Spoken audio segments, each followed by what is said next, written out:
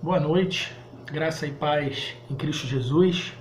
O trecho que nós veremos essa noite, leremos e estudaremos, é João 1, do versículo 19 ao versículo 28. Pai, nós te agradecemos, te damos graça por tudo que o Senhor tem feito por nós. Obrigado pela tua mão poderosa, obrigado pelo teu perdão. Que a tua palavra aberta à nossa frente fale aos nossos corações e repreenda, Senhor, o nosso pecado, nossa injustiça, nossa imoralidade. Que o Senhor nos ensine a sermos servos fiéis a Ti. Em nome de Jesus, clamamos pelo Teu Espírito. Amém. Verso 19. João 1,19. E este é o testemunho de João, quando os judeus mandaram de Jerusalém sacerdotes e levitas para que lhe perguntassem: quem és tu? Vamos verso a verso. Por esse tempo, nesse período, Israel estava sem profetas há aproximadamente um pouco mais de 400 anos. João chamou muito a atenção por estar fazendo aquilo ali. E alguns sacerdotes e levitas vieram ter com ele. A classe sacerdotal, ela nascia dos levitas. A tribo, filha de Jacó, filha de Israel, responsável em exercer o sacerdócio, exercer o culto entre o povo hebreu no templo de Jerusalém. Então, muitos levitas e também muitos sacerdotes. Nem todos os levitas se tornariam sacerdotes, mas todos os sacerdotes necessariamente deveriam vir da tribo de Levi. Então muitos procuravam. Eles eram também ensinadores, eles eram mestres e queriam saber o que João estava fazendo ali. Verso 20. Confessou e não negou, porque perguntaram a ele. Confessou e não negou. Confessou: eu não sou o Cristo.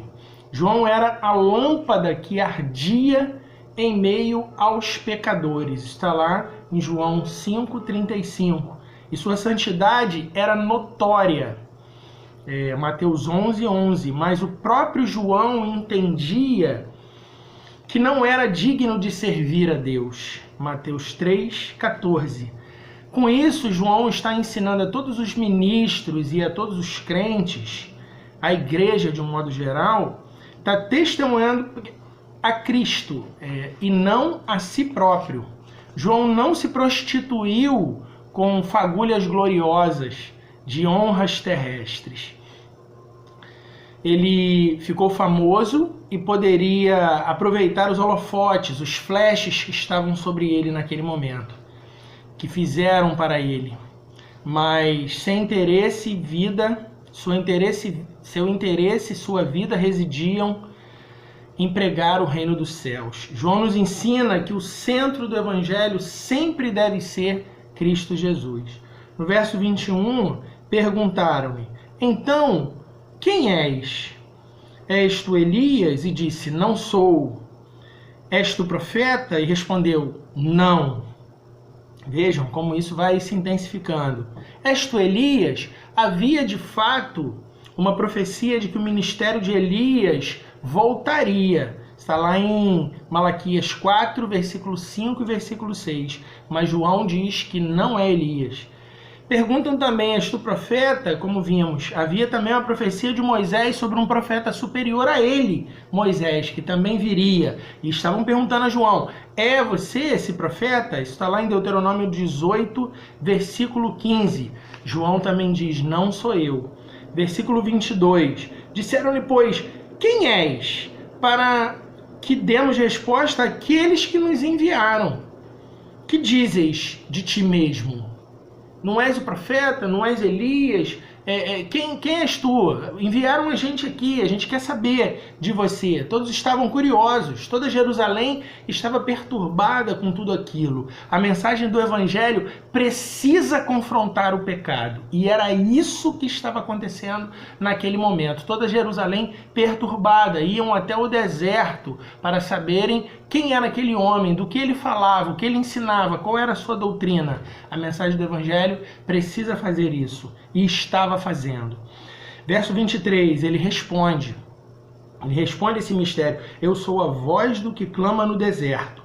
Endireitai o caminho do Senhor, como disse o profeta Isaías. A missão dele, a missão de João, e ele está cônscio disso, isso também precisa estar em nossas mentes e corações, a missão dele era anunciar o Deus forte que estava na terra. De onde nós tiramos isso? Isaías 40, verso 3 a 5, verso 10 e verso 11.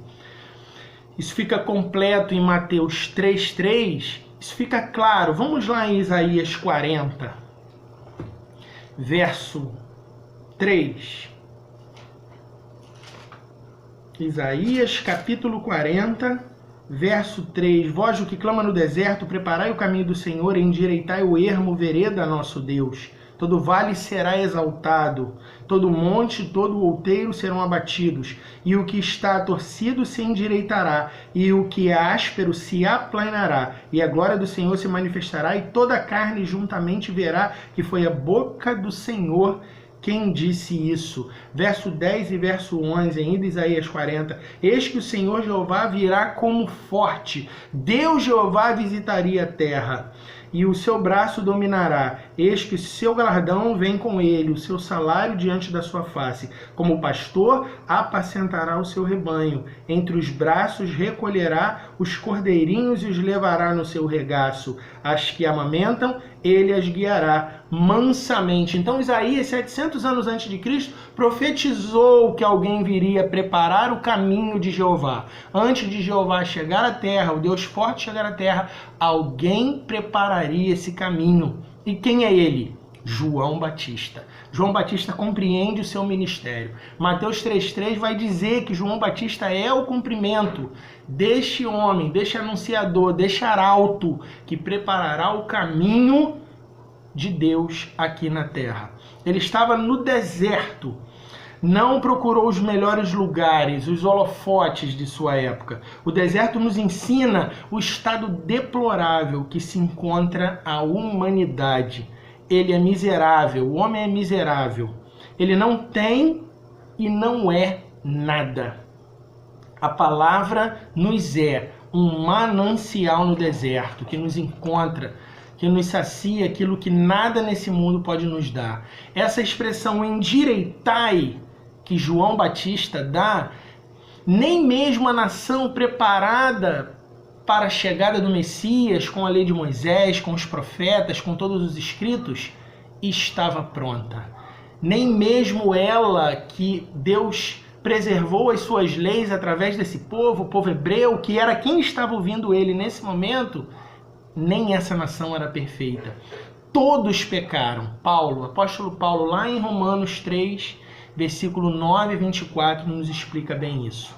Partindo para o fim, verso 24, e os que tinham sido enviados eram dos fariseus. Os fariseus eram uma seita judaica, o nome fariseu está ligado à separação, eles eram separatistas, eles eram mestres no Antigo Testamento. Certamente havia ciúmes da parte dele por João, um homem tosco, vestes toscas, sua alimentação também era diferente de todos. Então assim, como pode um homem daquele estar atraindo multidões num deserto?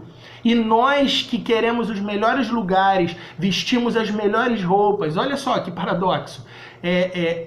Poucos nos procuram para ouvir. E como procuram João para ouvir? Certamente o Espírito Santo mandava esse povo ao deserto para ouvir João.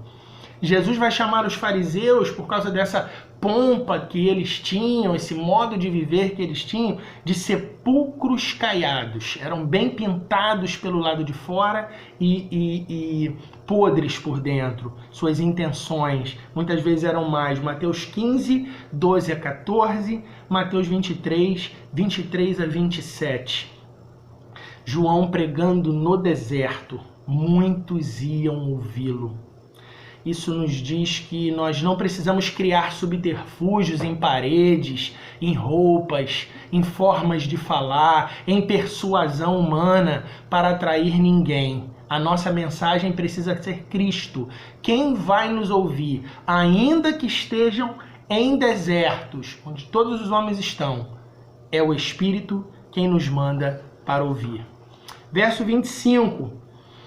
Perguntaram e disseram, por que batizas, pois, se tu não és o Cristo, nem Elias, nem o profeta? E ele pergunta. Notem que João já tinha dito isso no versículo 23, quem ele era.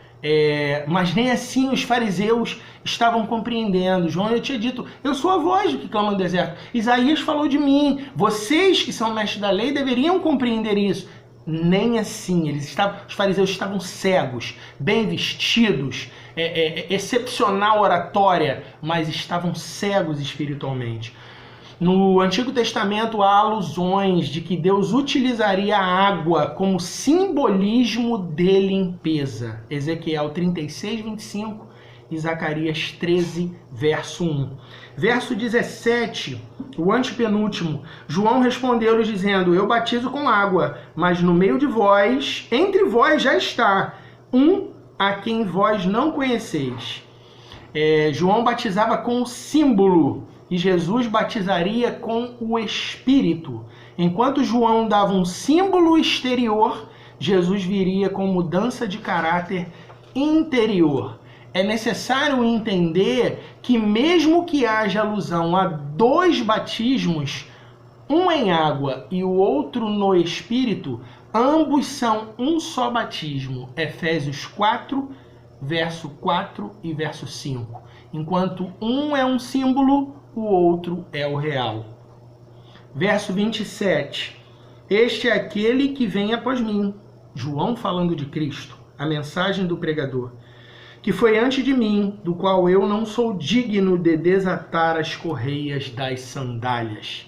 João repetiu duas afirmações aqui. Ele veio preparar o caminho do eterno Deus, João 1,15, e ele não era digno disso. Lucas 3, do 15 a 16.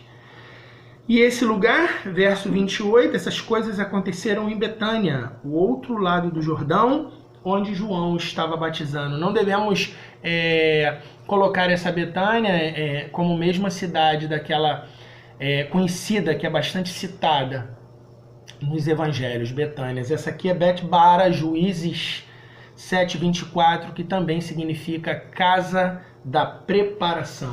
O que fica disso tudo? Que nós, como anunciadores do Evangelho, possamos compreender, nós como igreja, possamos compreender que não somos dignos de pregar o Evangelho, não somos dignos de sermos servos de Deus, não fomos escolhidos por nossas próprias obras, mas quando fomos separados para tais coisas, para fazer a anunciação do Evangelho, que nós façamos e apontemos Cristo com nossos atos, apontemos Cristo com nossas palavras.